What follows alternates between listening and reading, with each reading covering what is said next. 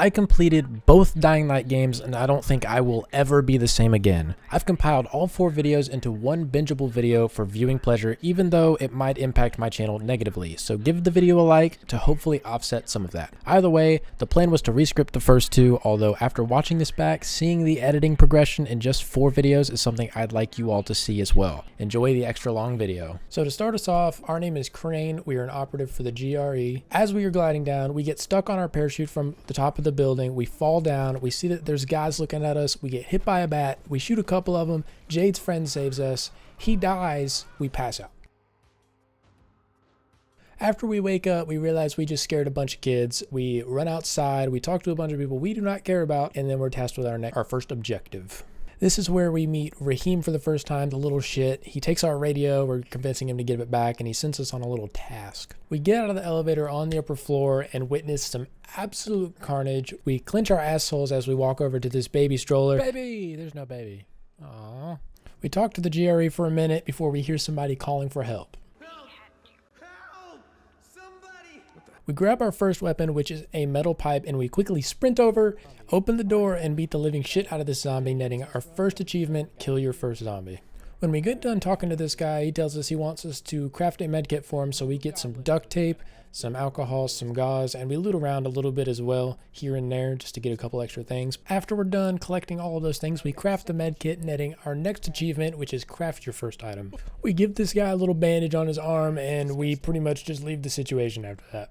We talked to Jade and Kareem for a minute before he sends me off to change clothes because he's a picky little bastard. He won't let me climb the crane with the dirty, ragged clothes that I got on right now. What the fuck? So we go up there and we go up to the top floor where we talk to Kareem and he tells us to get on the crane. After we get to Raheem, I've been saying it wrong this whole time, I jump off first for fun and then we actually jump off for the mission and we get our next achievement, jump off the crane.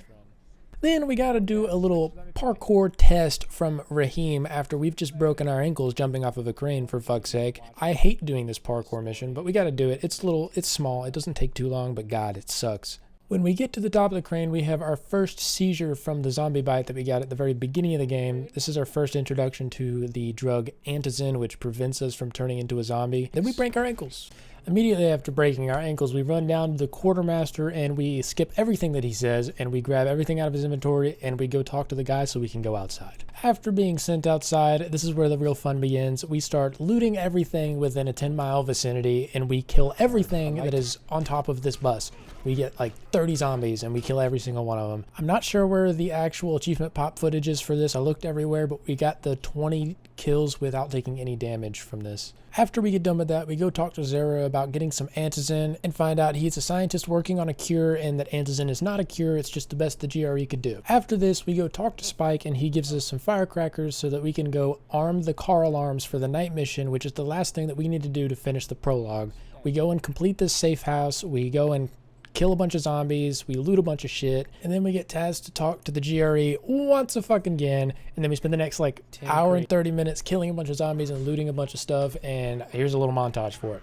After taking forever to get back on track with the mission, we start with these 2 car alarms, and then we go to the little lamppost or whatever they're called. I don't know, it's like a voltage trap, I guess, maybe like a UV light, I don't know. There's like 5 of them. After we activate the last one, all of the power in the station goes out, and we gotta go kill the big guy. The goon absolutely kicks the shit out of this door and swings around a rebar, which, you know what, to be honest, I'm going to give my honest opinion here. How the fuck, so these are zombies, right? And mutations and shit. How the fuck did they get this big? Like, when you see the Demolisher later in the game, it's huge. Like, there's no way a disease like this will make you grow to, like, 9 feet tall and become the size of, like, Arnold Schwarzenegger on steroids ×2. And now that my rant is done, we kill the big guy, the goon, whatever it's called, and then we turn the power on, and we head back to the safe house to sleep for the night. After we wake up from our nap, the best sleep we've ever had, we change into our ninja outfit, because that shit's cool as fuck. We talk to Spike, and he levels us up in our survivor rank, and we steal some of the stuff from his inventory. And then we talk to the GRE for the 3rd time now. I'm going to count this through the whole game. I'm going to count how many times we talk to the GRE. After that, we run into Jade at the top of the tower, and she tells us that Brecken wants to go after an airdrop alone tonight. because he lost the rest of his team to like biters or something. And then we skip all of that because who the fuck cares? And we talk to a nurse and she gives us the Mother's Day quest, and then we get a couple more side quests, one of which a guy takes fake antizin and we have to save his life or whatever because it's bad or whatever. We go to the top of the tower and threaten to chop the guy who sold it to him's balls off with the rustiest machete we can find. I skip everything that he says because who the fuck cares what he has to say? We don't care. If you want to chop his balls off, we don't, because we're not allowed to because the nurse said don't hurt him, and I'm pretty pissed about it. But anyways, so after talking to the GRE for the 4th time, this is where the pain in the video really starts to begin. So our goal is to find all of the trophies that are accessible to us at this point so that we don't have to come back here once we move on to the old town, which is the next playable area that we will get into. We will soon discover that some of the trophies, the zombie trophies, are not available to us until after we've completed certain side missions, which was a rude awakening whenever I was playing through this. After we get done with, well, we didn't actually finish the trophies with that little montage thing that we had going on. I just wanted to show a little bit. I'm not going to show all of it because there's like over 200 trophies in this game, so I know you don't want to see every single one, so I did a little montage. Anyway, we fight these 4 guys and they kick the shit out of us, dude. Like, we were not prepared for this fight, so we crafted the gust of wind in order to kind of even the playing field, but I think I tilted the playing field into my favor a little too much because these guys were a piece of cake after we did that. Now that we have our crossbow, I spent about 20 minutes or so killing a bunch of zombies, leveling up our power, and at the end of all of that, we finally pop our Haran shooting club, which is our next achievement. Son of a bitch, not now. Anyway, bitch, no. As we are completing the Where's My Mother quest line, we open a van, which is a ambulance van, and we get our achievement Open Sesame, which is our 6th achievement. We finish the Where's My Mother quest line, and in doing so, we get another note as a reward. And if you haven't played this mission before, this guy's an actual psychopath. Well, I don't even know if that's the right terminology for this, but his mom is a fucking punching bag, like, or a rice bag. I don't even know what that is, but he says world's best mom on it. We clear all of the safe zones that we can possibly clear in this stage of the game. Remember, we haven't even done the first story mission yet. Like, we haven't even seen the first volatile. So there's not very many, but we can clear most of the map. There's some that are quest related. We found a child for a side quest, and it's very sad. It's very sad because we just beat the shit out of his father in the kitchen. The supply drop in the main mission, the first one that we got to go to, is surprisingly empty because that would be too easy for this game to do. They got to give us a bunch of shit that we got to do. And then we discovered that we had a blueprint for the golf club, which does crazy amounts of damage for the game, part of the game that we're in. Like, most of my weapons are doing 30 damage. This one's doing over 90, so it's pretty crazy. We go to the next supply drop and we kill all of Rais's men before we realize that 2 of them are fucking karate masters and refuse to get hit by an arrow under any circumstances. And I start to actually lose my shit. Either I'm just terrible, which is probably the case. Like, I just shot that guy in the head, right? I swear. Did you see it? I saw it. Either I'm just bad or they're just better. Before we get to the final supply drop, we find a gun for one of the side quests along with a zombie trophy in this room. They're kind of all in the same place. We go for the Excalibur since we're pretty much right there, and then we also pick up the blueprint before heading on to the final care package site. After we arrive, we open the supply drop to a shit ton of antizin, which could save pretty much everybody in the Haran area. But the GRE has other plans and tells us to destroy it so that we can get contact with the guy that they're looking for. As soon as we do that, we make contact with the first volatile that we see in the game, and they proceed to lick our ass all the way back to the tower before we're safe. As soon as we get back to the tower, we walk into a meeting with Brecken being the leader and realize that the GRE was correct about us needing to buy from Rais to get antizin. And of course, while they're deciding to do it, we volunteer ourselves and nobody else decides to go with us, so it's just on us. Now that we're back in the tower, we go ahead and give this guy the gun that we found from that one little building to complete his side quest, and then we talk to this other guy who I don't know the name of, and he gives us the voltage quest, but we don't do that right now. We go and talk to Rais, and we get our next achievement, which is my left or your left, meet with Rais. Go and talk to Kareem, and he gives us another task, but first we got to talk to GRE for the 5th time. After we're done with that, we go to the telecommunication tower and we see a life-size snot ball that is a zombie, but it's disgusting, so we kill it. We then have to climb the telecommunication tower just for us to realize that all of the materials that keep it active have been taken, so we have to go to a different telecommunication tower and pray to God that it still works, because if not, Rais is going to chop our hand off the same way he did the other guy. The mere fact that this tower does work and we're able to turn it on in the first place shows that it works correctly. We climb to the top, collect the flag that is at the very top, and can thank the Lord that we get to keep our hand for another day. We run all the way back, talk to Rais, talk to Kareem. He says Rais likes us, and then we talk to the GRE for the number 6th time. I have learned that my favorite thing to do on planet Earth is to threaten to bust the knees of the people that owe me money. Besides the fact that this guy almost got me killed looking for Jafar, or was it Jafar? I don't know, but this guy blows up apparently. Maybe this is Jafar, if that's his name. I don't know, but we threatened to bust the kneecaps of 3 different people, or 2 different people, really, but it was gonna be 3, because this guy's dead, clearly.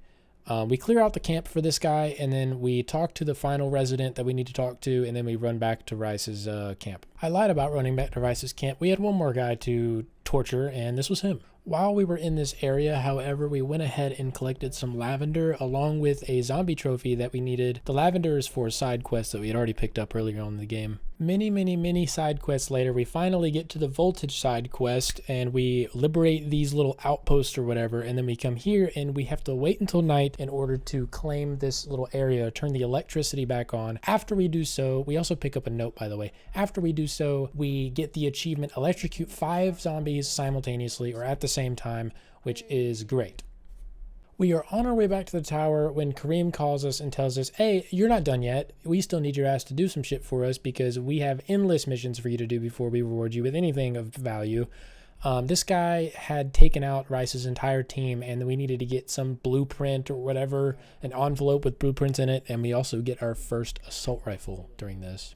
Now we finally got our ass back to the Rais's tower, and Kareem tells us that we are very dependable. We're a great addition to the team, blah, blah, blah, blah, blah, blah. And Rais proceeds to reward us with half, not even half, a third, a fourth of what he was originally promising us. Instead of 2 full crates of antizin, he gives us 5 vials and only 5 vials. And clearly everybody's upset by this because that's only going to last a couple days. The number 7th time of us talking to the GRE, we tell them that Rais wants us to kidnap Jade and force her to fight inside his little pit of demise, of despair, where he kills everybody. And the GRE says, you gotta do it, and we say, fuck you. After that, we go to a supply drop, just a random event in the world, and we shoot the head of this motherfucker, and we get our Robin Hood Theory achievement. To wrap this mission up, back at the tower, we talk to a bunch of people that we do not give a shit about. We get a bunch of random side quests that we can go on and do, which we do eventually, but not right now. I said do. Anyways, we go upstairs, we give Jade the antizin, and then we go talk to Brecken because he's having a crash out, or he's crashing out for some reason. And we go in there and he just whammies his fucking TV. Like, bro, how are you going to watch Rick and Morty and shit without that? So get your shit together, bro. Speaking of not having your shit together, here is Raheem in his absolute glory, drunk as fuck. He almost falls off the damn building, which I would have actually really liked to see, but, you know, it's not his time yet. He keeps talking about his damn volatile explosives that he wants to do on that building over there and knock it down, but we don't give him any mind. Oh, and guess what? We talked to the GRE again for the 8th time. The next day, in real life, we hop back on the game and we see that we need to jump off the bridge at night, which is an achievement, and it's also, we need to climb at the very top of the bridge at night for a quest that we need to do. Turns out this game is a fucking horror movie. I forgot how absolutely terrifying the volatiles are, so I had my balls in one hand and my ass in the other, and I was just kind of squirreling across the bridge trying to get to my objective. Now, I see this volatile that I am not going to be able to pass no matter what I do, so I craft some arrows and I sneak up on this motherfucker getting ready to post it up, and boom, one shot, easy money, there's our achievement. Spent a couple minutes killing these little guys, getting up to pursuit level 2, and we pop our second achievement for the day, survive the night with the level 2 chase. We spend the next 15 minutes or so climbing the infamy bridge like towers to get to the very top so we can get the achievement, jump off the infamy bridge at night. We slept to the day and we kicked the zombie off of a cliff before we found a care package, and I wanted to leave this in here so you could see the little rewards, the disaster relief packages. They actually give you survivor XP and they allow you to level up faster, so if you like farm the quarantine zones, you will level up very quickly. As per usual, we go around slaughtering everything in sight, and we do eventually get to level 10 on our power level, and that pops another achievement. Okay, so full disclaimer, I had no idea this was even an achievement, but I grabbed the lights from the bridge, and this was a quest, and we completed it on accident. Whoops. We start doing a bunch of side quests. We complete this one. We get our achievement with the hammer thingy. I'm not going to read all that, but it's on the screen. And then we watch this guy blow himself up. We continued to do side quests, this one being the Firebug side quest, which actually netted us some disaster relief packages because there were supply drops in this container. The next side quest we did was on the hooks, which was in the other container nearby. We just had to find some hooks and bring them back to Tolga, whatever his name is, and we completed both of those at the same time. Now, I'm not sure if many of you are playing along, but if you are, whenever you do this Zade's quest, you actually get a blueprint called Zade's Flares, which are fantastic for the Be the Zombie mode and all that stuff. So like if you throw them down, it's a volatile thing. It essentially just protects you from the infected when you throw it down. We set ourselves up for another side quest and ended up getting our distance achievement, however you pronounce that name. I don't know what it is, but we needed to get a certain herb only at night. You can only get it at night, which was terrifying, but we got it done. On our way to the next side quest, we stumbled across another care package where you get these Wolfsbane, which is for the side quest, more care packages, and then we finished picking up the rest of the 10 Wolfsbane that we needed for the side quest. I'm not actually sure what it's for. Wait, yes, I do. I do know what it's for. It's for a little potion that this little witch lady's trying to craft. We spend a good bit of time completing side quests for Survivor XP because our next achievement is level up our Survivor to rank 12, and we get $1,000 for each one of these side quests, so I thought it was pretty efficient to just go ahead and knock them all out at one time. This side quest, Steal from a Thief, gets us immediately into a shootout with Rais's men. It's actually pretty interesting, but here's a little montage of me popping heads. After that, we go and do the stuffed turtle mission a couple times, which gets us some disaster relief packages. We get 5 of them in total, along with killing a bunch of zombies.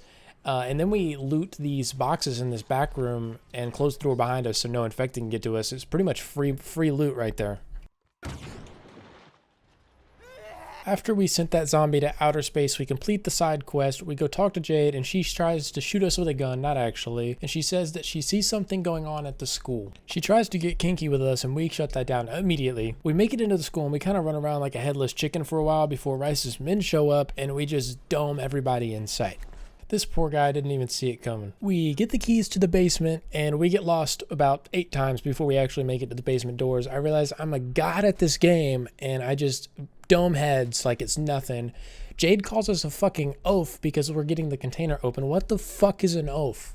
We can clearly see that there are bombs inside of this box, and then we immediately get ambushed by Rais's men, who I dome immediately, and then we see a bolter, which is disgusting. It's like the green snot guy that we saw earlier, but fast and running, so it's pretty gross. We talk to Raheem after we get back to the tower, and he continues to try to convince us to use the bombs to blow up that volatile hive that he was telling us about earlier. We get 10,000 experience, and then we go talk to Zere about the new monster that we just discovered, and we learn that it's a bolter, and he really doesn't know anything about it, so we got to get a sample for him. Sample actually wasn't all that hard. I slept until night. I went and I shot the bolter with a bow and arrow to be kind of quiet.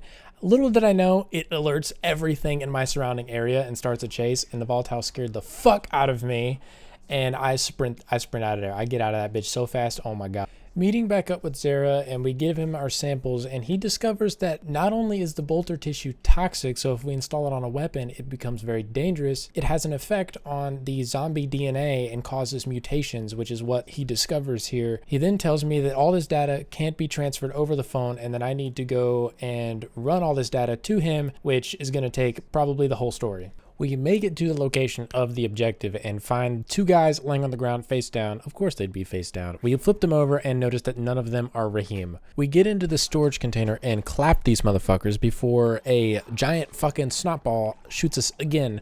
You'd think we'd learn our lesson from the first 2 times, but nope, we get hit by the shit again. We take that guy out 1 hit, and then we find Raheem, and he gives us an explosive and says, go blow up the hive. So we do what we're supposed to do and behave.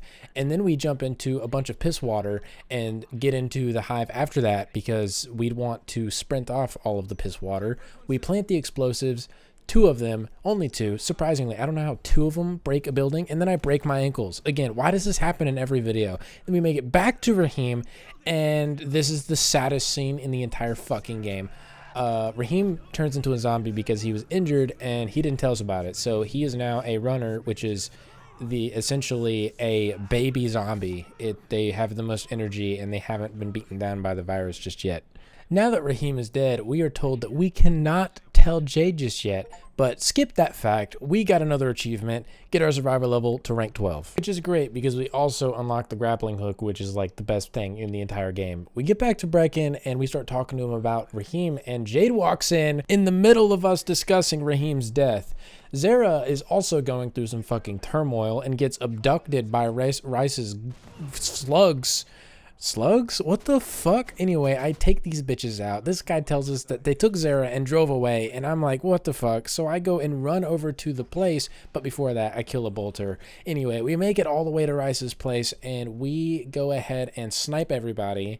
But while we're doing that, we also find a nice zombie trophy, which is fantastic. We get into the building, and guess what, guys?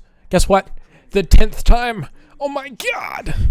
Now that I'm done having my stroke, we climb down this elevator, open these elevator doors, and get back to killing the way we're supposed to be doing. Why is this head smoking, dog? Did I cook him that bad? Making our way through the rest of Rais's building, we see these guys are actually stacked. Like, these are guns on the wall. I destroyed 2 weapons just to pick those guns up. I make my way down the stairs into the parking garage area, and there's probably 12 guys down there, and I destroy them, as you see. They had no chance on planet Earth. Moving on, we Super Saiyan kick this door down, and we find Zere, and then proceed to get ambushed by Rais's men, and then, as like every other cutscene, we get knocked out. It's funny that I should mention being knocked out in every cutscene, because we literally get knocked out in the next cutscene after we had just been knocked out. We get put in the arena, and we are tasked to kill everything, or really just survive, but it really wants us to just kill everything, so I'm just going to montage everything because it's quite boring, me just constantly throwing zombies into spikes, because that's pretty much all I do the whole mission. So, and we level up our power. We finish that little section, and he gives us a machete. Hulk shows up from out of a container with a birthday bow on it, and we go ahead and we just wail on the guy. We die, but we continue to wail on the guy, and about 10 minutes later, he's dead. We now get to witness the actual coolest scene in the entire game, where we chop Rais's hand off, and it plays along in the rest of the game, too. Everybody's like, oh my god, you chopped his hand off? Yes, we did. The rest of the video is pretty boring. We just run for a little bit, but we get the achievement, Escape from the Arena. After exiting the arena, we are severely constipated, and we can't shit anywhere, I guess. It's rude to shit everywhere while you're in a zombie apocalypse, I guess. So we run all the way back to the tower while constantly having stomach cramps. I guess at some point, due to the severe brain damage we get from being constantly knocked out, we pass out and we get carried across to the other side of the map, which seems very inefficient to me, but that's what happened, and we get all our stuff from the stash. We find the guy that lost his hand due to Rais chopping it off, and then we kick a box for 8 minutes.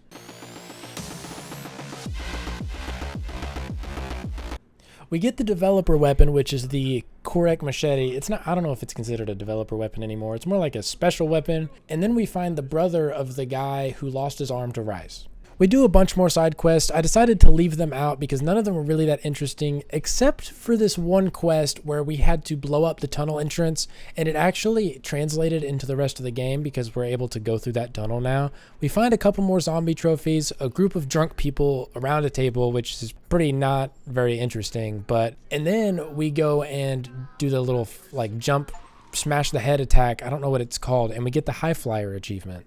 Right after that, as we're just going through collecting a bunch of zombie trophies, we get our next achievement, which is agility level 10, which is great because agility is like the hardest thing to level up. There's an achievement for completing all of the quarantine zones. So that's what we were doing here. We just went ahead and collected all of the disaster relief packages in here.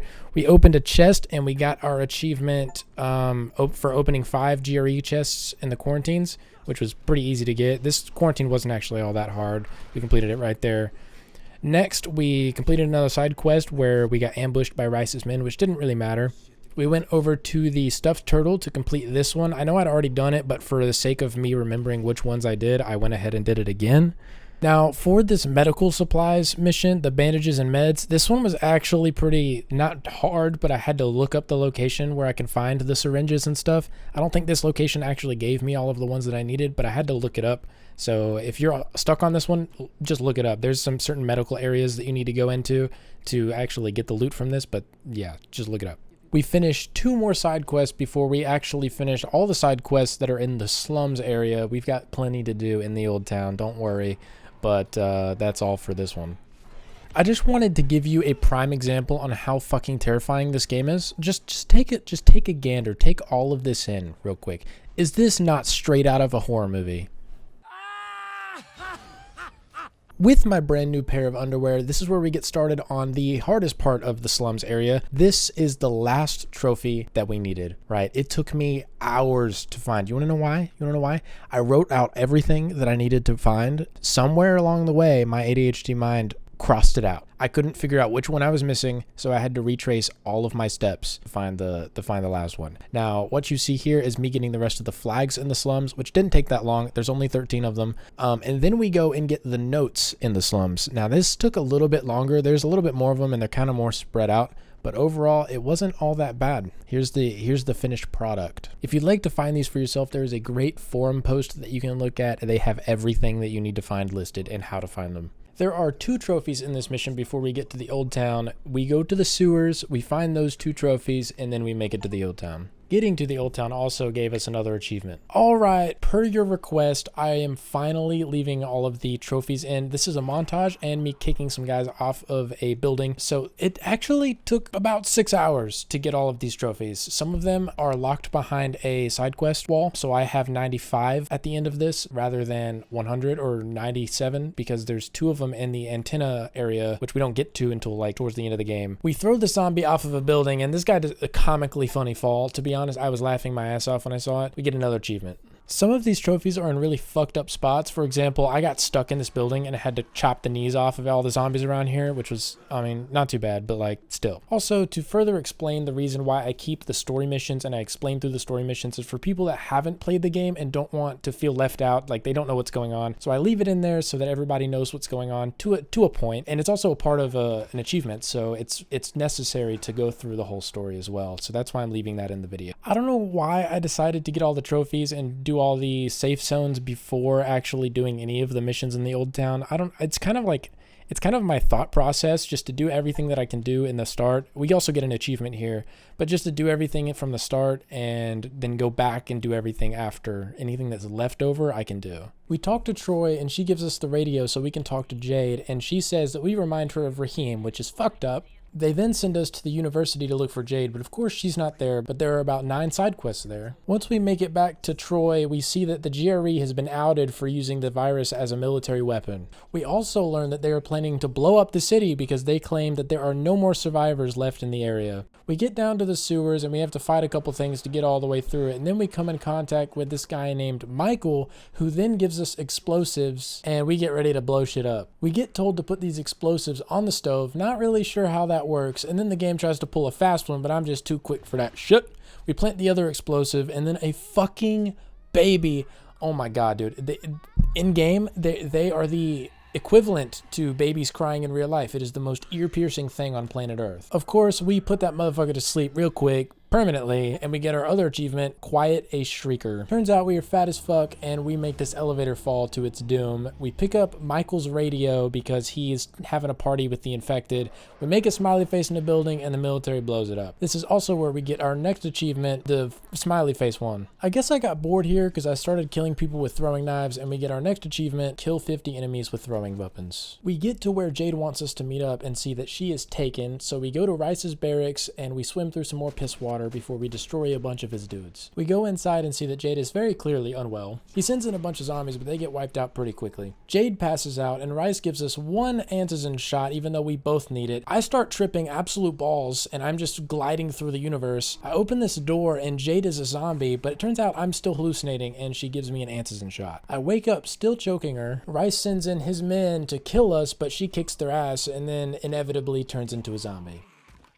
Rais sends Tahir down to kill me, but he ends up getting his ass whooped as well. And then we get our other achievement, deal with Tahir. We make our way outside of the museum and talk to Troy once again before she tells us to go to the antenna. We stop at a supply drop and get our another achievement, get 15 care packages. We make it into the antenna area and we collect 3 different zombie trophies. And then we have the pleasure of trying to get on top of this fucking crane that was there to spite me. They knew I was going to jump right there and they said, fuck no. Anyways, I make it back up there, and then we get our flag that we intend to get from there, and then we get to the top of the amplifier, we activate the amplifier, get our flag, and narrowly miss being blown up. The GRE tries to convince us that they're not bad people, and we should forgive them and give them the research, which we're not going to do, and then we get our next achievement, Vertigo. There were 2 achievements that I had gotten, and I thought I was recording, but I didn't, and it is the sell $10,000 worth of items and then find Camden, which sucks because that means we just have no footage of that mission.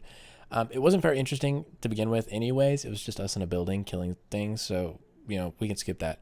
But now we're on our way to the very final mission of the game, thank God, and then we can get started on the grind for the last couple trophies. After we get into Rais's tower, well, we're not even here yet, but he sent us on a quite the journey, all right? We gotta run from volatiles. This shit was intense as fuck.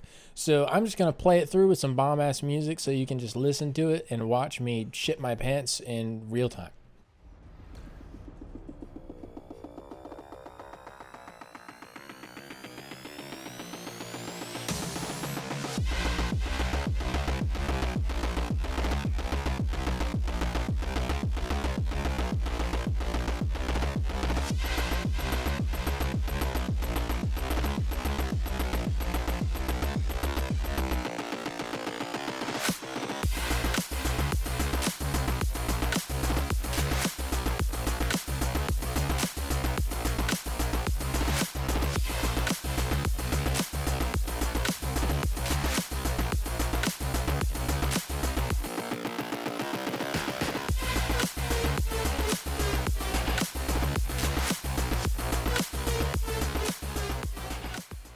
We catch up with Kareem in the tower and see that he's been severely betrayed and stabbed or shot for some reason. We jump off onto this crane. Why do we do this? Why do we put ourselves in this situation? And then this crane gets shot with an explosive and is about to come down. And I remember the first time I played that, I was like, holy shit. Then we meet up with Rais for the last time. I was unaware of Rais's ninja skills, and it's kind of like a timed event, so you have to press certain keys at a specific time or otherwise you die. We have a little tumble, and we throw him off the storage container, because fuck that guy. Anyway, the GRE show up, and we say, go fuck yourself. It is at this point that we have finally finished the game, and we get our last achievement, complete the game. We run back to the quartermaster and redeem our relief packages, and we get our survivor level to 18, which is another achievement. Then we find a child in a room. We start doing a bunch of side quests, and we kill a bolter halfway through and get another achievement. We do some more side quests. We got to collect meteors in this one. I'm only showing a couple of them. I'll just show a little compilation of me completing them. There's the final zombie trophy. Here's some more compilations. It's very boring. I spent 6 hours doing the rest of the side quests. We saved this survivor, and he gives us another achievement, save 15 survivors.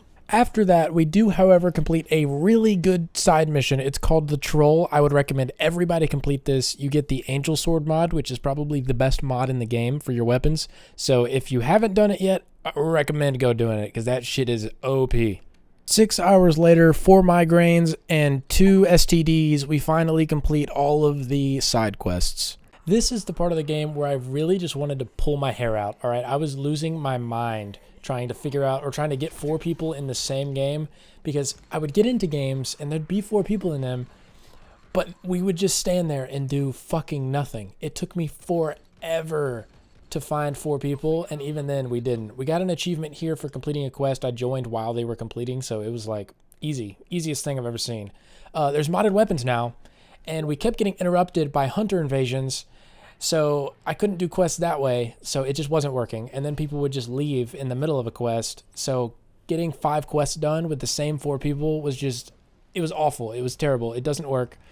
I kept getting like disconnected. I kept getting kicked. This was 6 hours. It took me 6 hours to find this guy. Izzy Rocks, dude. Oh my God. Lifesaver, man. Because eventually we realized that this is just it's not going to happen. So I get bored. He shows me some cool modded shit, which I don't take because I wanted to keep it legit, and I told him that. But we get bored, and so I'm like, yo, you want to do the Bozak Horde? Because I got to get last man standing, and so that's what we do. Now, keep in mind, at this very point in my career in this 100% series, it had been 3 years since I had attempted the Bozak trials, so I was rusty as fuck. But we knocked that shit out first fucking try. Obviously, there were some close calls, like we're about to get one here in a second, where we were doing parkour, and this guy falls and dies, and I have to complete the mission and revive him within the time limit. It was very close. By the time I got to this last play point, he had like 7 seconds left. It was close. It was close. Scared the shit out of me.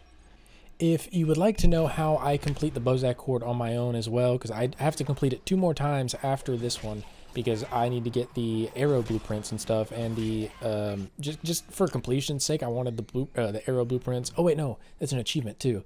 I do have a video up on my channel right now that you can watch and see how I complete it. I complete it first try almost every time. I don't really run into any hiccups ever whenever I'm playing through this. It's pretty easy. I'm not even legend level yet, so all you got to do is follow along with that tutorial and you'll be just fine. We continued to breeze through the Bozak Horde pretty easily when we get into a little snag and he comes up with the idea to vault off of him, and dude, that literally saved the run, to be honest with you. After that, it was pretty easy. We beat it like it was nothing, and then I ended up killing him and getting the last man standing trophy. Turns out when you play with 2 people, the only person that actually gets the rewards is the person who wins the 1v1, because he didn't get the Bozak bow, so I ended up dropping it for him because I couldn't take it for myself. It took a minute, but after we did like some progress on the next achievement, the Bozak Horde completion finally popped.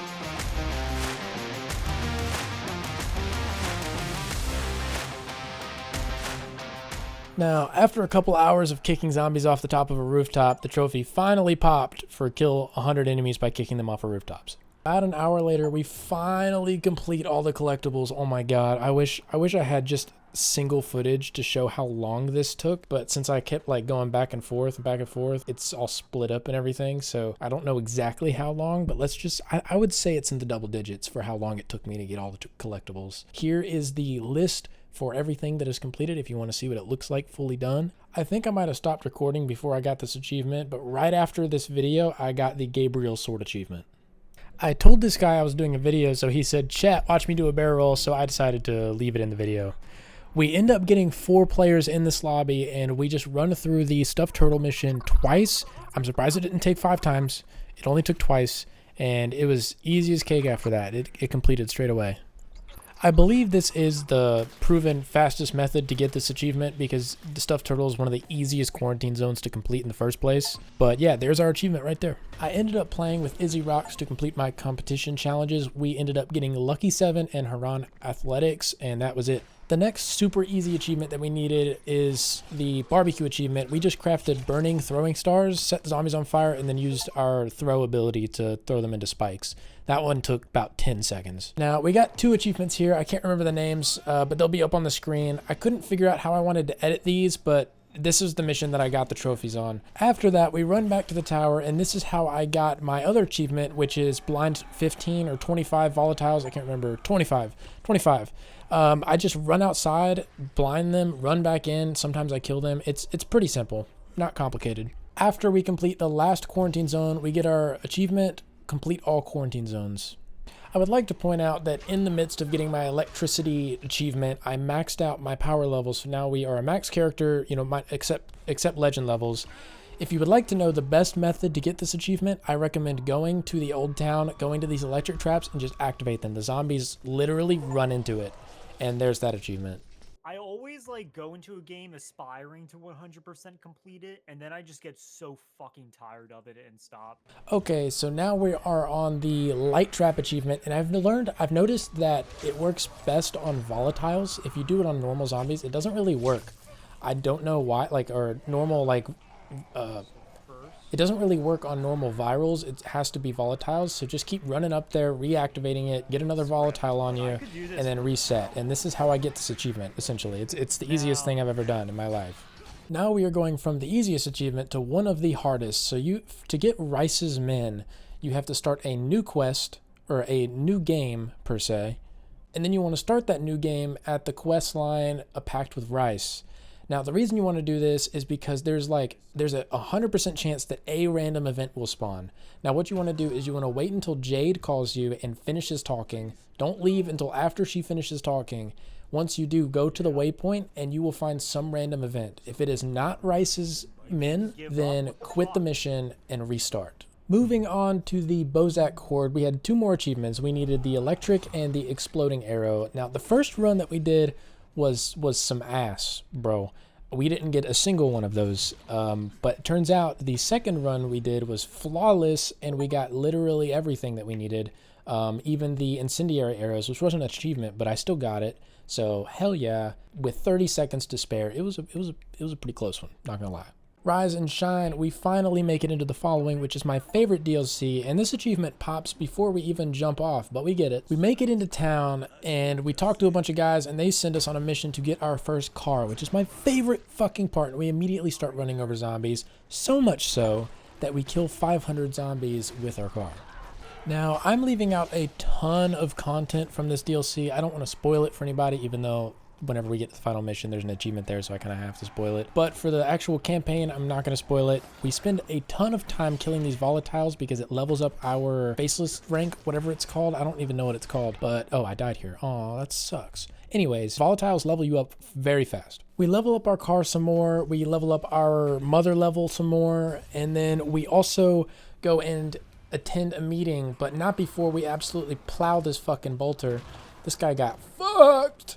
Anyways, we get to the meeting and we get pretty bored in about 5 seconds, so I end up skipping it and we get our other achievement. Skip forward many hours and we finally become faceless, and I start jumping for joy around this barndonium. What is that word? It doesn't matter what the word is. We spend the next 3 hours leveling up our driver level, and we get to level 12, which nets us another achievement. Easy peasy lemon squeezy. After we get done with that, though, we go and start the mission finale, and we meet, quote-unquote, meet an old friend, which is bullshit. I don't even know who this guy is. Maybe because I skipped through everything. Anyways, they blow up the lighthouse that we were in. We take 0 fall damage, and then our achievement pops. Moving on, we go and speak with the mother. Oh my fucking god, put your mask back on. Holy shit. Anyways, she gives us a choice. We pick the wrong answer, as we do. That's my specialty. She throws us off the edge.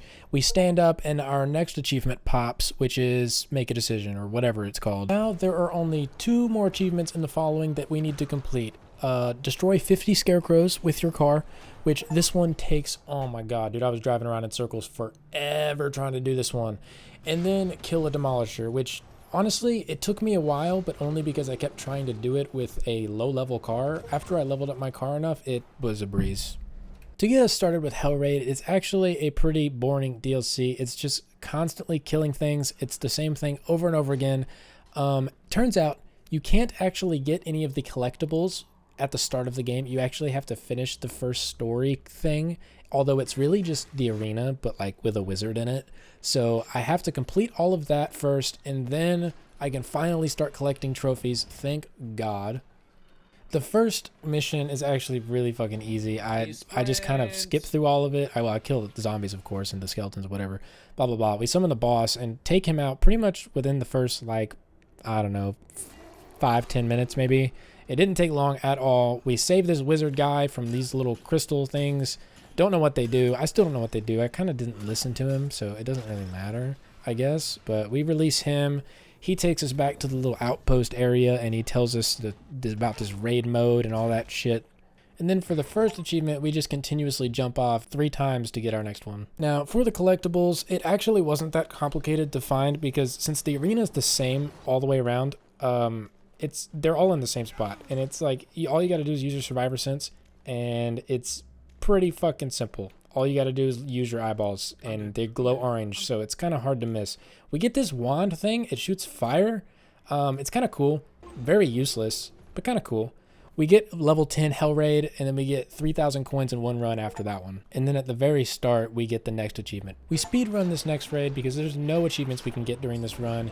We get the kill 50 skeletons from fall damage, and then we also get the achievement finish Hellraid in under 30 minutes, and then finish Hellraid with 1 life left and 0 medkits. Now, this is the hard part. We have to finish Hellraid in Nightmare mode and also kick a zombie or whatever creature into lava to get the last 2 achievements. Those are the last 2, and we're done with this challenge completely.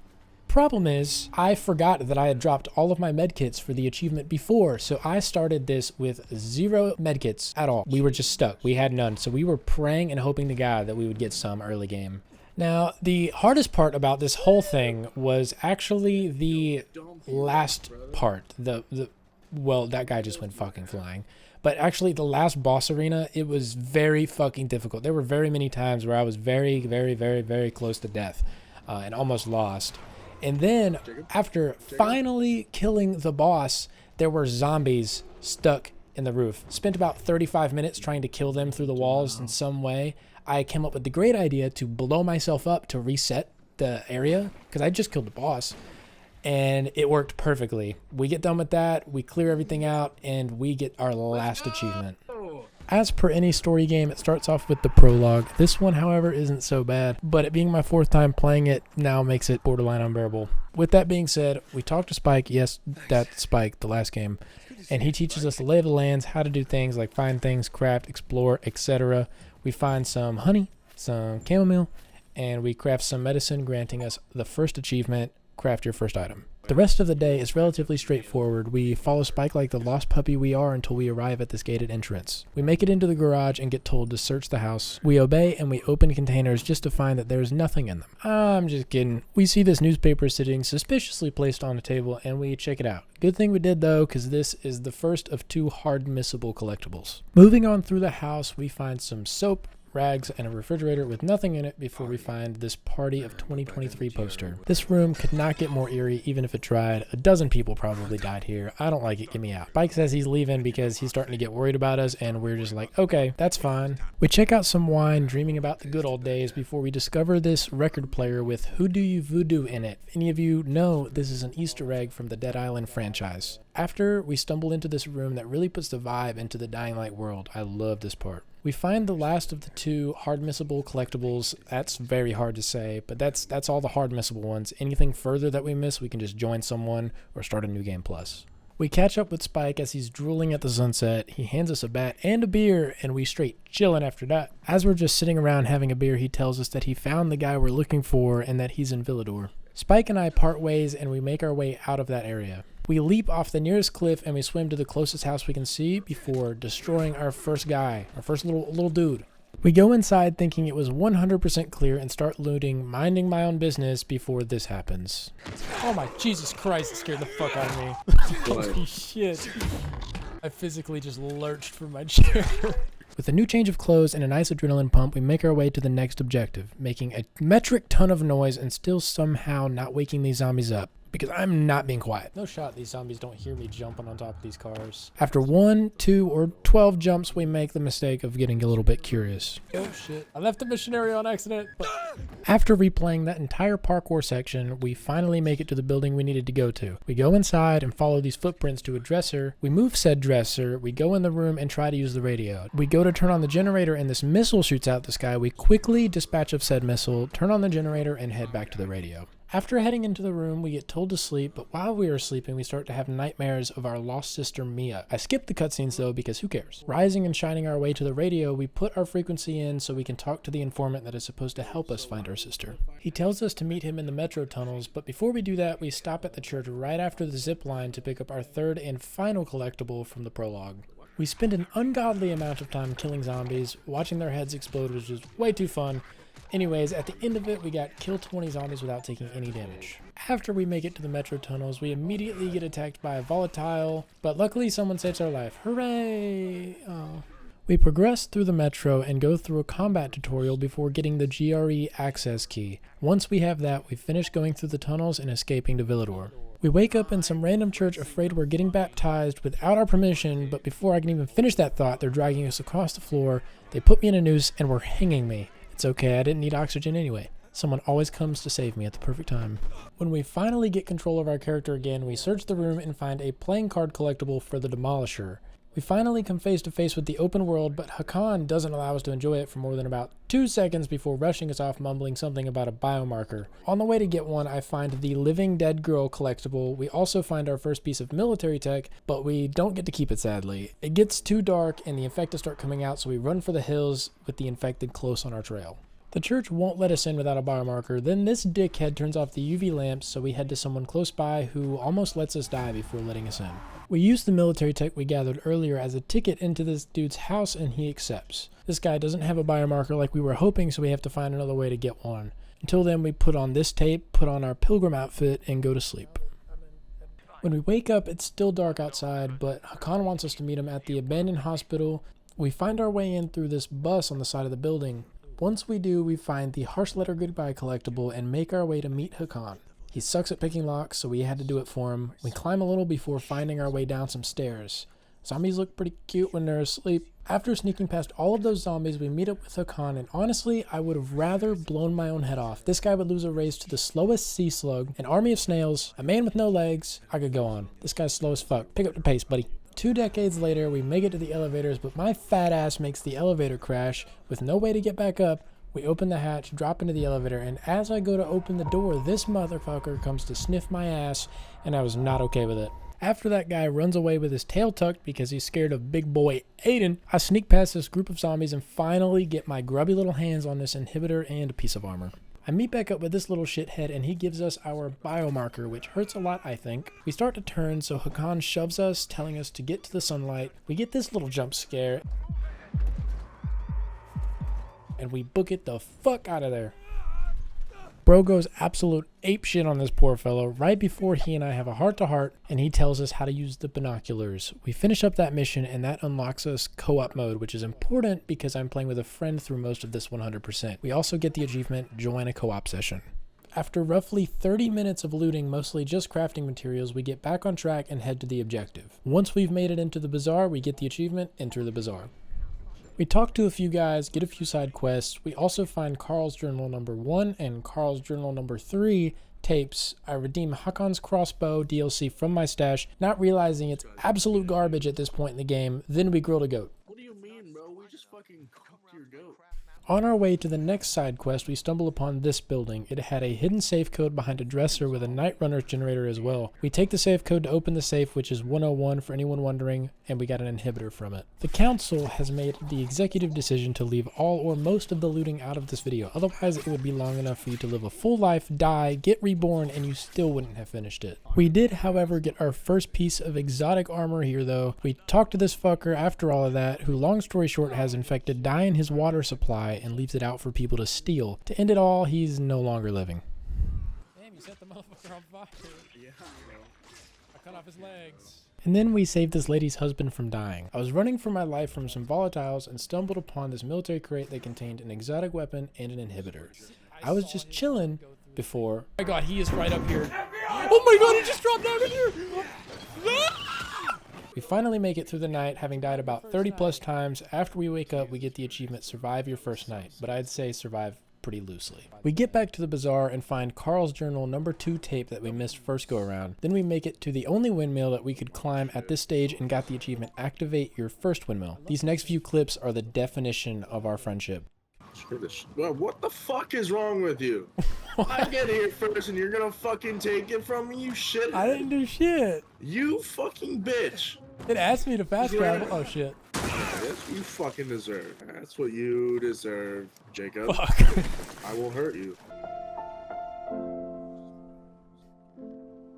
Hi, how are you?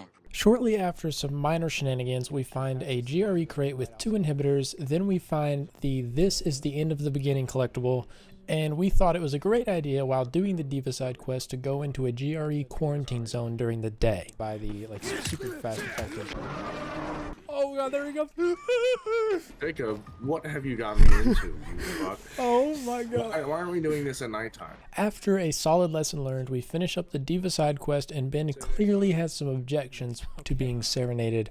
We find the sleeper collectible, then we sneak into this abandoned subway station to grab a quick inhibitor. After about an hour later, we make our way to Hakan, and he points out this PK base and tells us they're our ticket to the center. We go to sleep until night and wake up to this pimply motherfucker called a bolter that do exactly what it sounds like. We make our way into the tunnels, go through some vents. Oh, that's a nice fucking view. Oh yeah? Oh yeah, I'm getting straight full ass. We have the lovely experience of seeing this abomination. Fucking the hell out of me.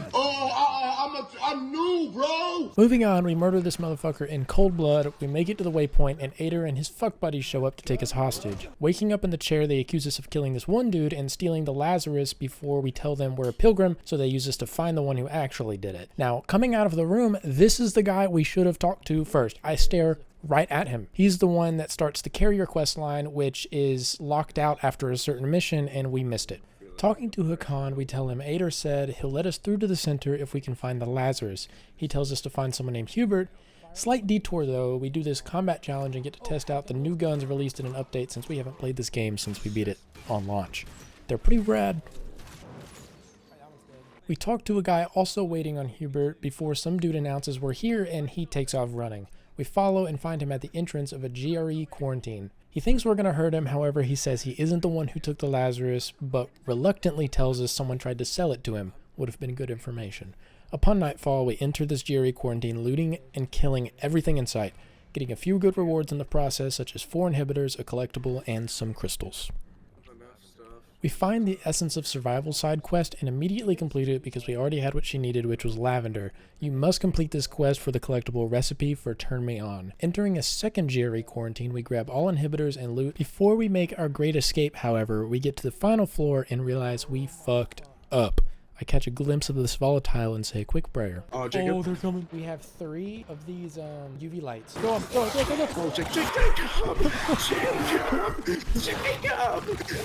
We take a minute to activate this water tower. We go to our stash and claim these DLC weapons and their blueprints. The katana was my favorite. Unfortunately, it did not have any modification slots. We put on this weapon charm and popped the achievement Modify Your Weapon for the first time. Right after we go to my favorite combat challenge where your weapon sends zombies into the stratosphere. The giggles were immaculate. Once done with that, we jump into this GRE anomaly zone, and this guy wasn't as hard to kill as I was expecting.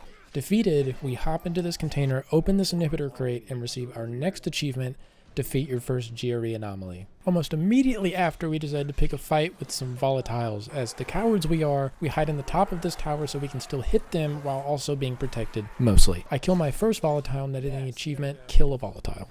As soon as we get done with that, we run over to the safe house to lose the chase and get the achievement Lose the Maximum Level of Chase. As part of a side quest, we go into this flower shop building and see a dead lady's bones in a chair and a collectible for Helen's testimony, which I care about a lot more, to be honest here. We take a closer look, not that we needed to confirm that she is dead. We go back to this guy, hand him the letter, and in the letter, she tells him she's his mother. Like, what the fuck? This guy is apparently her kid, and he had no idea. He had no idea he was her child. He was simping after his mom? Mama fuck Helen. The disgust feeling that we had never faded, but we didn't falter. We continued on and immediately regretted it because it got so much worse. Just take a look at this dude's dialogue. He came in rainbow colors? After all, no one has shit so much they stop being hungry, right? But in 3 hours, everyone's asses will explode like shit geezers. Then What the comes fuck puking. is this My guy ass will saying? just fucking kill me, and the rest will leave my corpse to be infected. I I'd hurry this food over to them like I just figured I'd share that masterpiece since it had me laughing, even in editing. Pressing forward once more, we realized bro had one of the best dialogues just to send us on a parkour challenge. We turn this guy's CD back to him, and that completes the Key to Humanity quest. While I'm here, I climb to the top of the Cathedral Tower and find a safe and a safe code. The code for it is 510 for anyone wondering. Inside the safe, we find Carl's journal number 4 collectible. We start the Only Way Out quest line, which leads us to find a little girl named Maya, ruthless, tiny little human. She tries to charge us 500 coins for the Lazarus, but we pull our adult card and just take it from her. Once done, we find the Lullaby collectible in her room and 2 inhibitors right outside of it. With the Lazarus in hand, I return it to the PKs, but we had to explain that the girl was not the killer. With that new information, the PKs tell us they won't let us go through to the center until the killer is caught. We tell Hakan what we just learned, and he gives us a few people to talk to. We make it to the Bazaar and talk to Sophie, and we get a nice surprise from Mr. Grr Man as he chokes us out. She sends us to go talk to Alberto about the crystals, but they tell us they've already sent Sophie's brother Barney to go get them. We learn he's an idiot. We find the dark zone Barney went into and find the crystals and a newspaper article. Then we find Barney hiding in the closet. He finally shuts the fuck up, and we finish the mission, meeting them back at the Bazaar. Talking to Sophie, she tells us they only have 1 month until their water supply runs dry since someone took the closest water tower. We start the quest, The Arrival. On our way there, Susie gets attacked by bandits with the cliche, "Only we can save her" starts. Once we get there, we neutralize the bandits, and she tells us they took Carl to their camp, and the Kool-Aid Man runs through a wall. Kool-Aid Man stood no chance. Bro's in 2 pieces now.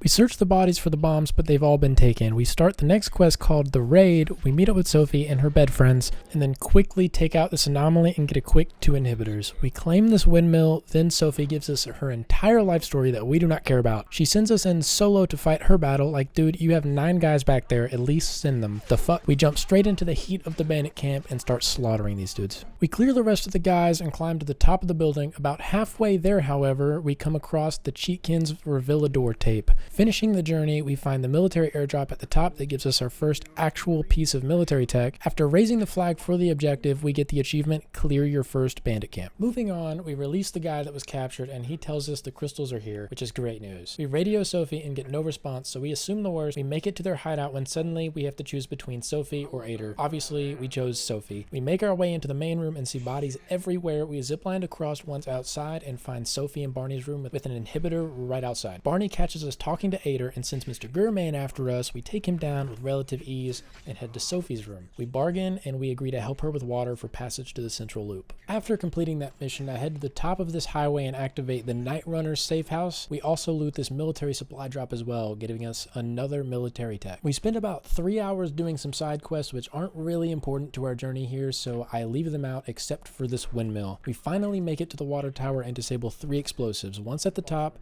we talked to these 2 guys and told them we'd be able to help them, and in return they didn't blow it up. At the end of the conversation, they end up pointing towards Barney as Lucas's killer, but we aren't 100% certain. We wrap that up and grab this collectible. We ultimately decide to give the survivors the water tower and get the achievement, Activate Your First Water Tower. We did this because we cared more about travel at the time. Also, the survivors' aesthetics are just way more pleasing to me. We run back to Barney's room to search it, and you'll never guess what we find. It would appear to be that Barney cut the tattoo out of Lucas's arm, leading us to believe that he is the killer. We KO the poor guy before his sister comes in defending him. We decide to trust the survivors. When we head outside, we see this mutated freak of nature volatile. We take it out and get literally nothing of value. I left it in because it wasted my time, so I'm gonna waste yours. Sometime later, we find the matchmaker quest line, which I leave in because it's important for later down the line for an achievement. Sophie takes leadership over the Bazaar, and we talk to Vincenzo and Alberto about their plans to blow up the windmill. We get sent on a recovery mission for the explosive. This poor man had the worst possible death imaginable.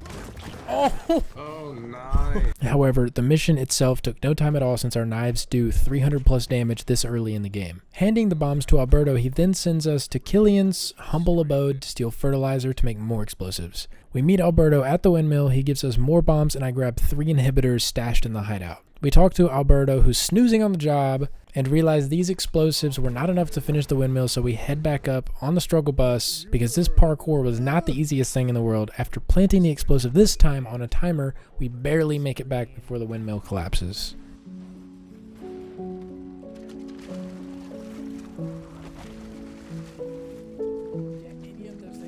Alberto calls out for help that he's being attacked by the PKs. We unfortunately walk into such a sad death scene. This was our reaction. Bro, why was that so fucking sad?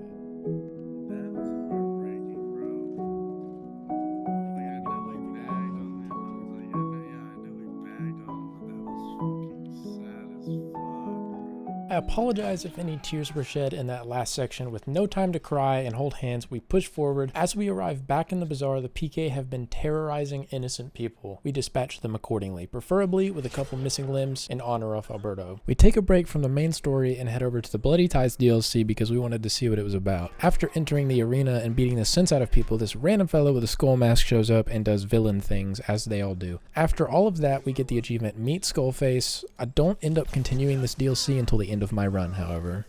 After several hours, we make it to Hakan's meetup. We're about to leave and head towards the center when he gets hit by an arrow. Noticing that he has a wound from the Lazarus, we piece together that he's been the killer this entire time. We make the only logical solution, and that is to not help him and leave him there to die. Spoiler, he doesn't. Before we leave, we get the location of Waltz, which, if you do not know, is the guy who tortured us and kidnapped our sister. Once we leave his house, though, we get the achievement Learn Waltz's location. We enter the GRE tunnels, we turn on the generator, and we discover a new type of zombie, and honestly, the only thing I can think of when I see this is a goat. All it does is run into you and it's impenetrable from the front. Y'all ever realize how derpy goats look literally all of the time? Honest question. After taking out the mildly overgrown goat, Ader and his men show up to give us a beating. They fail miserably as Waltz rips them apart. You gotta give credit where credit is due. The scene was sick. Takes our GRE key, so obviously we chase him down. It has become very clear to me that this did not go the way we expected. Right before our soul says adios, Lawan comes in clutch with the save. I don't like the Jacob. Get in the back. I don't like being on. Oh, he waited. He waited for me. We narrowly escape Waltz, and in the next area there's a collectible just sitting on a table along with an inhibitor. If you are at all curious, I'm setting up my armor specifically for survivor sense duration and range. It helps massively when looking for collectibles. We got beamed up to the top of her building by this makeshift elevator thing, and she gave us a glider. After the tutorial for it, she calls us a big boy, and we get sent down to an electrical substation to liberate and power it. After what felt like 25 minutes of useless dialogue, we activate the 2 power stations, grab the inhibitor, and give the electrical station to the survivors, giving us another achievement, activate your first electrical station. The more that I venture into the 100% of this game, the more I wish I could go back in time and never ask the question I asked in the first part. However, our toes being firmly dipped in the water, I can't pull them out yet. Let's begin right after we left off. Last video, having activated the electrical station, our handler tells us to go to the canteen in the fisheye. Before we go though, we check out the shop since we've discovered a new location and see the blueprint for infected and the toxic arrow. I don't end up using these, but they're pretty cool. We make it to the fisheye and see an entire community of people that have been living here. Starting a conversation with the bartender, looking for Lawan, she comes up right behind us. We ego the hell out of this guy before finishing up our conversation with Lawan and seeing Frank. Frank, which is relayed to us, was the leader of the Night Runners. As we talk to Frank, the more we realize he's a drunk with nothing of value to say, so we bounce. Still trying to figure out why Waltz would turn on the power, the fisheye gets raided by the renegades with explosives. After we Fortnite one pump these guys already in the tower, we head to the cannons atop some buildings to disable them. They try to kill my boy Frank, so Lawan drops this guy with zero hesitation, mucho respecto. Then we get our ass handed to us for the 100th time. It's a recurring theme. After we finish up that cutscene, we pop the achievement Defeat the Renegades attacking the fisheye. We chat with some fellas at the fisheye and find the Night Runner agent who gives us 3 bounties to complete for rewards. Then I climb to the top of this tiny tower and find another collectible just sitting in a box and an inhibitor not far from that. We make our way to the Windmill and finish up that activity before heading to the nearest GRE base during the day. However, now that our throwing knives are strong enough to take out the volatiles, the fear we once had is no more. An added benefit was that we also receive large infected trophies that are required for upgrades from looting the dead volatiles. As we make our way through the quarantine, we pick up the inhibitors located on each floor and chopping up everything that moves even a little bit. As we collect the last 2 inhibitors, I start identifying locations on the map using binoculars. While doing so, we find a Night Runner's hideout and a collectible inside of it. After climbing a building, we find a military supply drop. The military tech inside is used to upgrade equipment such as the paraglider and the grappling hook. We found this collectible and proceeded to yeet ourselves off of the nearest skyscraper, but we were smart about it and marked a much lower military supply drop to glide down to. This military tech was a freebie since we were just on a building twice as tall. Right here, I made a massive mistake that I didn't know about at the time. Due to my lack of research, I locked myself out of a quest line called To Kill or Not to Kill, which was necessary for completing the collectibles. There are only 2 quests like this, and I managed to entirely miss both of them. The frustration I felt when I figured this out made my skin melt off my body, or I set myself on fire. I guess you'll never know. Anywho, we wrap up this metro tunnel tunnel and receive the achievement, activate your first metro station. This metro station gave us a nice free inhibitor along with a new fast travel location. Not even 2 minutes later, we use this fast travel spot to go to the downtown area and we get the achievement, use a metro station to fast travel, entirely on accident. Whoops. Since it was still night, I ran over to a GRE anomaly nearby, pelted bro with a dozen throwing knives and stole his prized inhibitor. While combing through the footage, I was unable to find where I got the achievement fall from a combined height of 10,994 meters. Along with that achievement, however, we got the perform 50 takedowns while inside a dark zone. Moving over to the next dark zone, I see a spitter and take that opportunity to get the achievement, kill a spitter using a ranged weapon. As soon as that was completed, we ventured back to the center and claimed the inhibitors from this GRE anomaly. We also cleared a GRE quarantine off camera, which gave us the achievement, collect all inhibitors hidden in GRE quarantines. We found we had 26 total inhibitor levels to spend. I didn't know about New Game Plus at the time, so I went through my files and duplicated my save to max out my health and my stamina separately for the achievements, then returned to the original to continue the playthrough. We load back up our original save and spin the levels relatively evenly throughout. This inhibitor was hidden in a lake. The mission objective is to find the observatory, and when we do, we discovered that it had been dumped with chemicals and was mostly ruins. We have a minor stroke and wake up on the other side of the city contemplating all life decisions before we notice that people had dragged us here miles away from where we were. Props to those guys, I guess. We go to the PK ship to find out how Jack Mack can help us. We see Ader being delivered on a stretcher, and if you don't remember, we betrayed him, so he can definitely cause some issues for us in the future. Jack told us he knows a few GRE scientists in the area, and in exchange, he wants us to steal the VNC Tower antenna for him, as do the survivors. We find this collectible, and this lady gives us the UV flashlight we need for one of the future achievements. We walk into this room with nobody in it as we're looking for Juan Ryder, but was told he was a hard man to find. The next day, in real life, we load up the game. The first thing my dumbass does when I walk outside is this. After making myself evaporate into thin air, we converge on the atoms in the atmosphere to activate this metro station, since it's the closest one and we need the fast travel location. A free inhibitor awaited me on the other side. I try to steal an inhibitor out of a dark zone and do this a second time. We do eventually get that inhibitor though, but here's two more after completing this GRE anomaly. We fly up to the top of this water tower, find a collectible, and give it straight to the survivors as we do. Do you ever feel like gravity just doesn't apply to you? Because apparently I do. We discovered that we have the magical ability to hit through walls. The downside of this, however, is that we in fact can also be hit through walls, so I'm not so sure it's a power here. After having climbed to the top of this big ass building and get rewarded with a nice military supply drop for my troubles, we activate the next metro station we come across just to get it out of the way and activate the electrical station right after since it was in our path. Some of these can be quite complicated. This one confused me for a minute, but we got her done. Important note to add, in order to get one of the achievements, you have to give all of the city alignment buildings to a single faction. Otherwise, you have to start a new game. We go to this bandit camp, and I think it's safe to conclude these guys stood absolutely no chance. Take a look.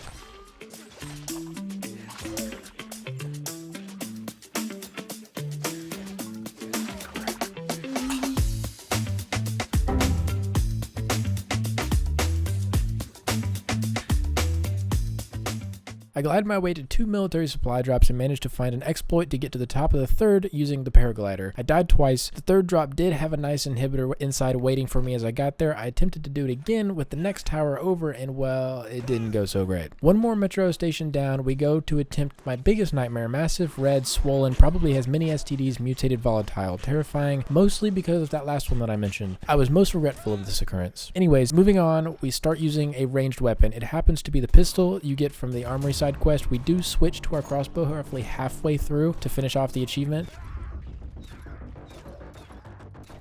40 zombies later, we get the achievement, perform 50 headshots with a ranged weapon. Then we spend the next 35 minutes doing this until we get the achievement, modify your weapon at least 50 times. Moving back to our Ader situation, we do the side quest, pick up some herbs, and poison this motherfucker because nobody is snitching on us today. Upon doing a side quest that I've never done before, we find this almost portal looking thing that sends us into an entirely different universe. I thought this was cool, so I'm leaving it in. At the end of the mission, we save a guy's life because we're cool like that. He actually died, but I wanted to paint myself as a hero. Upon jumping through the next portal, we see Tolga and Fatine from the first game, which I thought was cool. About 7 hours of looting and completing activities that didn't matter, we find ourselves in this bandit camp. After clearing the first few guys out, we single just one dude by himself and continuously block until we get the achievement. Perform a perfect block 10 times in a row without taking any damage. Halfway through the bandit camp, we decide to start throwing spears accidentally, receiving the kill 50 enemies with a spear achievement. It was not my intention to do that. Not that I was complaining about it. We wrap up by liberating the camp so we can move on to bigger and brighter things, such as immediately unlocking the achievement achievement, achieve maximum combat proficiency. After another 6 hours of footage, we finally find Juan at the canteen in the fisheye. Juan sends us on a pointless crusade in order to find something to bribe Juan with. We go to a painting collector but find nothing. We do, however, find some quality alcohol and use that instead. We skip the optional party and go straight to Juan, who asks us to choose between him and the PKs. We choose him and get sent to a cathedral. Working my way through to this psycho paranoid man-child, we have to fight his pet demolisher and go through a parkour test, and somehow I manage to beat him to where he's going. It's a good thing this dude's smart because he can't fight for shit. He finishes fixing up our device. After we finish up that mission, we continue to do the side quest until we come across this metro station. Upon activating it, we got the achievement, activate all metro stations. We snag this inhibitor once we spawn in as well. Going forward, for the purpose of not spoiling any of the end game content for all the people who haven't played the game before, I'll only leave in the parts that are relevant to the 100%, and unfortunately that does include some spoilers. Some people have not beaten the game and may be watching this for the first time before even buying, so who knows. So from this point on, minimal spoilers. The mission the broadcast leads us to the VNC Tower with the intent to turn on the antenna at the very top. The PK squad we run with starts singing in the elevator before all hell breaks loose. You guys want to hear a joke? No, where's Wowski? Fuck,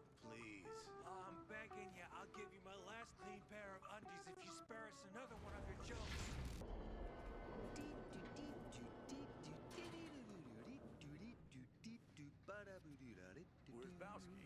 Fuck. Sorry, boss. Won't say a peep. You're off key, dumbass. It went like this.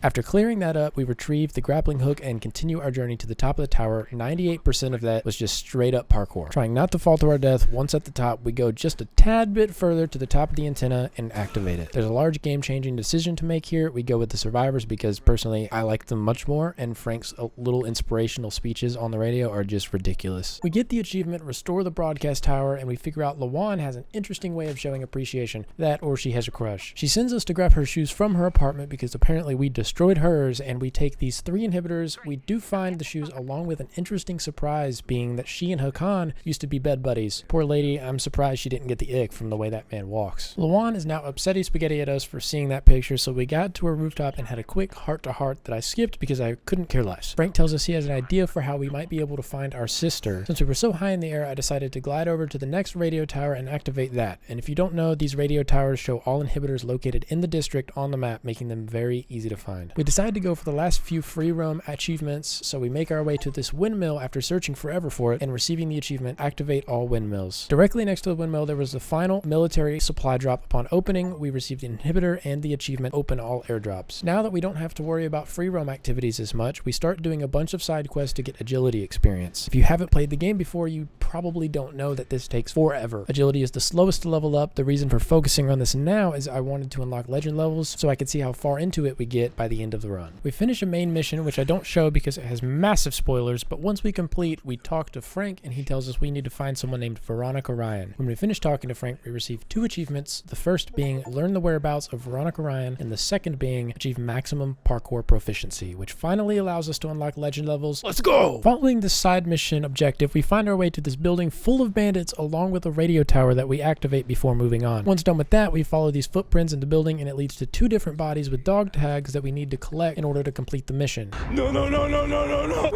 Wait. We dumpster this Zere anomaly and collect the inhibitors, and we also rank up our legend level to 22. Yeah, a lot of time has passed. At long last, we finally get revenge on the scary STD monster before moving on to the final facility, which happens to be a water tower. These guys were chronically online considering how many damn phones I found in this place. We give the water tower to the survivors and receive another 2 achievements, reach city alignment 7, and assign all facilities. Right after, since we're on a roll, we clear out this last bandit camp and receive the achievement, clear all bandit camps. I hadn't realized I got so many achievements in such quick succession, but here we smack the shit out of this anomaly and get the achievement, defeat all GRE anomalies. The next achievement on our list gave me tons of trouble, about 4 hours worth of trouble over the course of 2 days. I went to sleep and had to watch many videos because I just couldn't get it to work. Turns out the real secret to success is to go over to the bazaar at night and lead a zombie to you. Let them keep running into the UV light trying to get you until they get on their knees burning. Once they've done that, blast the shit out of them until they die with the UV light. This will guarantee pop the achievement for you with literally no effort. With that done, we head to the city since there are tons of alleyways and places that we can run and jump on walls. It only took 3 tries to get the Bing Bang Boom achievement. With that achievement, we now begin the start of the end of the game. I'll do my best not to spoil too much, but keep in mind these achievements require me to spoil a tad, so if that's an issue, go ahead and pause the video and click off. With that being said, we head to the bazaar, ask Barney where Veronica is, and he says we're not the only one looking for her, so we get sent to her hideout that's currently inhabited with tons of bandits that probably wish they weren't there when we showed up. Vincenzo tells us that Veronica had made her way out, and when we go to talk to her on the radio, she tells us where to find her. We make it to the observatory in one piece and talk to Veronica. She sends us on a run to turn on the power, so we head to these observatory domes in order to get inside. At the top of the first one, we get the achievement, reach the observatory. I think it's safe to say I'm not the sharpest knife.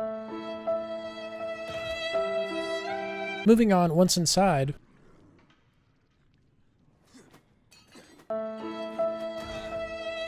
we turn on the power, and as games go, the power malfunctions. Veronica gets stuck in the elevator and starts crashing out, having a total freak out. With my fresh migraine, I fix the power and she finally makes it down to me.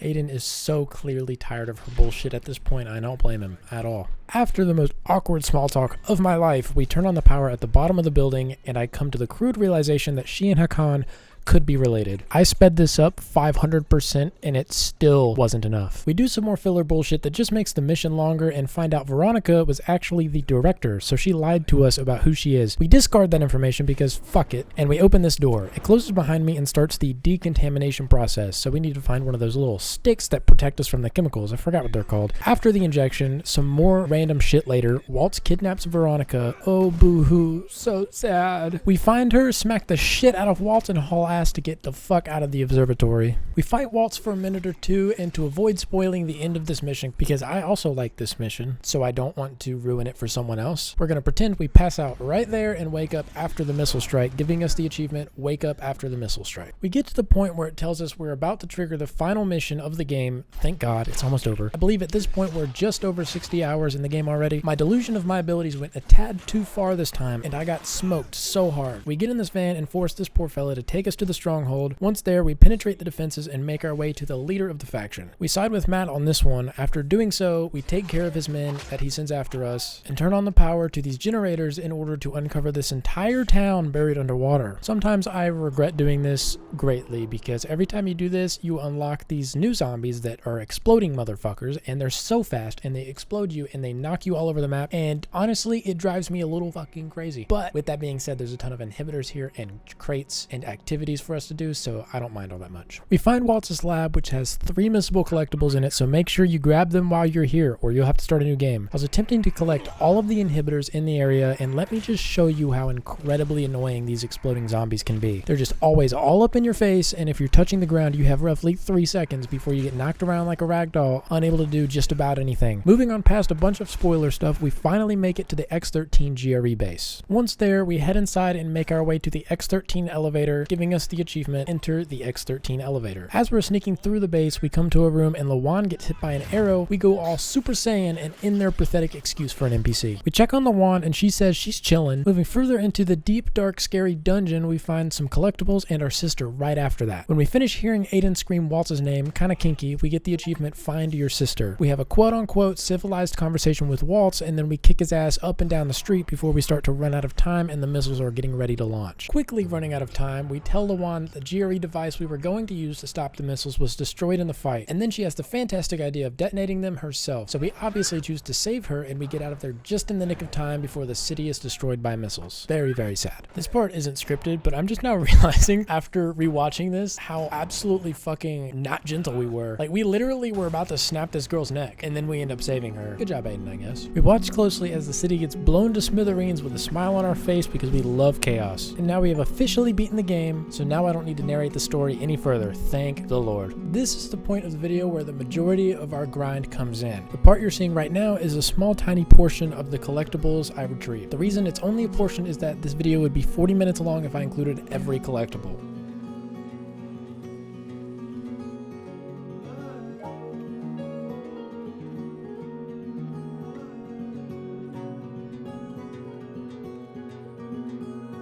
With that being said, we get to the point where we have to start a new game plus in order to get the rest of the collectibles from the quest that I managed to miss entirely. After starting the new game plus, we beat all of the quests all the way up until we get to the PK's ship. It's here that we are now able to talk to the carrier woman and start this quest line. In total, there are 10 quests before being rewarded with this collectible. We complete the 9 quests before we make it to the 10th one, and to explain, since I won't be showing the actual quest footage, you essentially just deliver packages. Extremely boring. You can only do about 2 or 3 per day, so when I reach that limit, I fast travel to the nearest metro station and I sleep 4 times, and he'll give me a call telling me that he has more work for me to do. The footage you're watching right now is of me completing those 9 quests. All in all, it took me about 2 hours to do this entire quest line. Honestly, not terrible. It was relatively easy. Felt more like a real job than a game though. I was about to pull my hair out. On the final quest, we get a call that a carrier called in an SOS. We get to the location and find no one. We make a deal with this guy and he tells us where to find them. Once there, we take out those guys and get the final collectible of this quest line so we can be done with it. We make our way back to the carrier outpost and see that it has been raided. We save the leader Driscoll and he promotes us to the elite of the elite carriers. I don't know what to do with myself. The power is just flowing through me. Aside from that, we complete another main story quest and get a collectible we somehow missed in the first playthrough. It's a map memento which gives us the achievement Find All Collectible Notes. We spent roughly an hour sifting through our tapes figuring out which ones we were missing and found that we were only missing one. We needed to activate the electrical station in order to access it. Once there, we finally received the achievement Find All Collectible Recordings. You can tell I was very excited to be done with that torturous monstrosity. The next achievement we go after was pretty easy in comparison to the collectibles. We start the Bloody Ties DLC quest line, and this shit was fun as fuck for a good while if I'm being honest. My opinion changes on this later though. Anyways, I know we already covered this in the first part, but to recap, at the end, Skullface shows up, the antagonist of this DLC. In order to progress into the DLC, we have to complete these Madmen of Villador trials, and in order to get the achievement, we have to get a gold medal in all of these trials. I will let these play out in case you wanted to see how I did it. Keep in mind, I did not finish any of these first try. They were very difficult, or at least for me. Enjoy.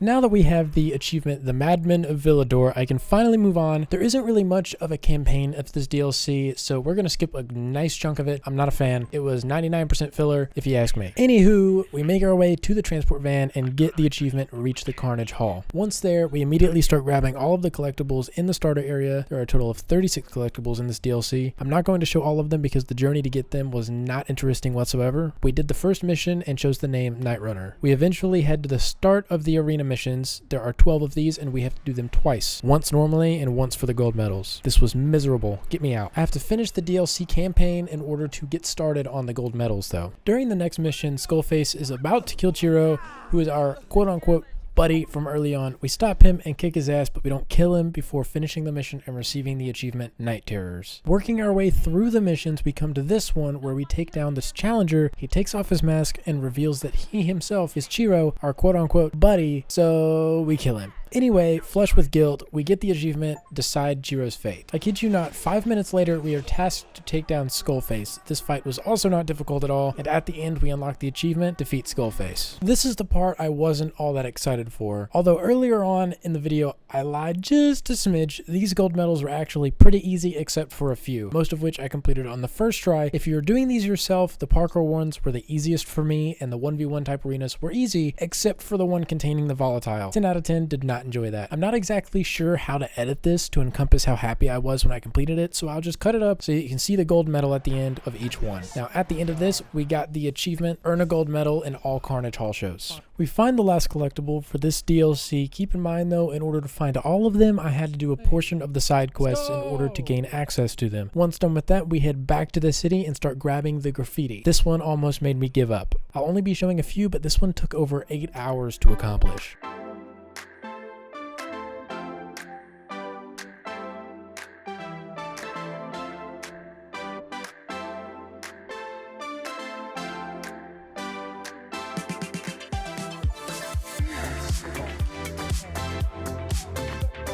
My entire playthrough leading up to now has been gathering, looting, and selling items attempting that fleeting 1 million coins. I didn't realize it was a total of 1 million coins, so we sell these last few items and get the achievement 1 million in old world money. Next up, we talk to these fucking weirdos. One wants me to babysit her kid, and the other is of the male variety who has a very skewed view on relationships. Aiden strikes out twice in a row. The positive of this experience is that we received the achievement Man on a Mission. The next achievement was more tedious than it was difficult. Completing the Night Runner trials 1 through 10 was easy. I platinumed most and got a gold medal on the rest. Again, not sure how to edit these trial type of moments, so I left the medal part in. Then we got the achievement True Night Runner. I must have somehow left the easiest achievements for last, because this one, all we did was join a 3-person co-op session and kill a few zombies before getting the achievement, kill 100 zombies in a co-op session while playing with at least 2 other players. Holy shit, that's a mouthful. The reason we completed the Bloody Ties DLC before attempting this one is so we could get the camo grease, or whatever it's called, as it makes this achievement infinitely easier to do. In order to get this one, the zombies cannot be aware of your presence when trying to do the finishing move. The grease only gives you 1 kill before it cancels out, so you have to use it at least once per zombie. Sometime later, we get the achievement Don't Look Up. Here we are at last. The final 2 achievements. What to say? As I'm writing this, there's a distinct lack of words in my brain, so I'll just say I've 100% completed many games in my day, and these 2 achievements I will never do again. I've never in all of my days ever had to spend 25 hours, 3 days of gameplay, running around in circles on the map to get a single achievement. I gave up twice. I genuinely didn't think I would finish this video, but here we are. 25 hours of useless footage. I think what I'll do here is speed it up 2000% just to see how crazy it looks. Hell, I have a single clip 12 hours long of me running around the VNC Tower the entire time. Want to hear the most upsetting part about all of this besides the raging migraine, bloodshot eyes, and upcoming back surgery from sitting on my ass? The absolute worst part is the fact that the final 3 hours I wasn't recording, so I don't have any footage of either of the achievements popping up, but I will take a picture of my Steam page to prove that I do indeed have the achievements. With a special thanks to energy enhancing drugs such as caffeine, I was actually able to complete this video. The amount of times I've genuinely considered putting it down and giving up is wild. With that being said, my experience wasn't all that bad. I had tons of fun with my friend for the first part of this 100%, and the rest was mostly just grind, but it was enjoyable up until the last 2 achievements. I hope you all appreciate the effort spent on these videos. This one was much more fun to play rather than edit. However, I'm relieved to know that I've finished my task without giving up. Thank you all for watching, and if you've made it this far into the video, give me a like and a subscribe, and check out the rest of my videos on the channel if you enjoyed this one. Also, please give me your worst dad joke in the comments. I'd like a good laugh after all the torture. And without further rambling, thank you for being here, and I will see you in the next one.